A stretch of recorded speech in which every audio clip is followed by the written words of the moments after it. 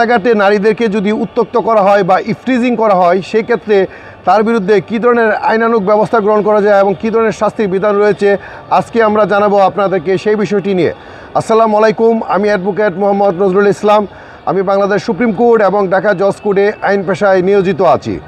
যদি কোনো ব্যক্তি কোনো নারীকে উদ্দেশ্য করে কোনো ভবনের ভিতর থেকে বা বাহির থেকে তার নিজের দেহ অশালীনভাবে প্রকাশ করে বা প্রদর্শন করে, অথবা কোনো নারীকে রাস্তাঘাটে ভয়ভীতি প্রদর্শন করে অথবা উত্ত্যক্ত করে অথবা অশালীন অঙ্গভঙ্গি করে অথবা এমন কোনো ধরনের অশালীন কথাবার্তা বলে যা নারীর জন্য লজ্জাকর বা বিব্রতকর বিষয়, অথবা নারীকে অযাচিতভাবে ধাক্কা দেয় অথবা নারীর শরীরে অযাচিতভাবে স্পর্শ করার চেষ্টা করে, তাহলে সেটি হবে এক ধরনের ইফটিজিং।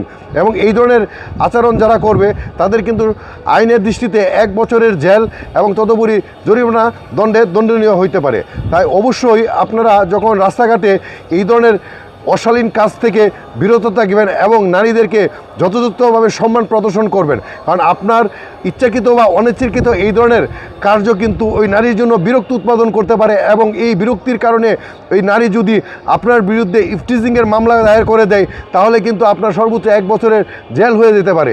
তাই অবশ্যই রাস্তাঘাটে চলার সময় এই ধরনের বিষয়গুলো খেয়াল রাখবেন এবং নারীদের প্রতি যথাযথ সম্মান প্রদর্শন করবেন।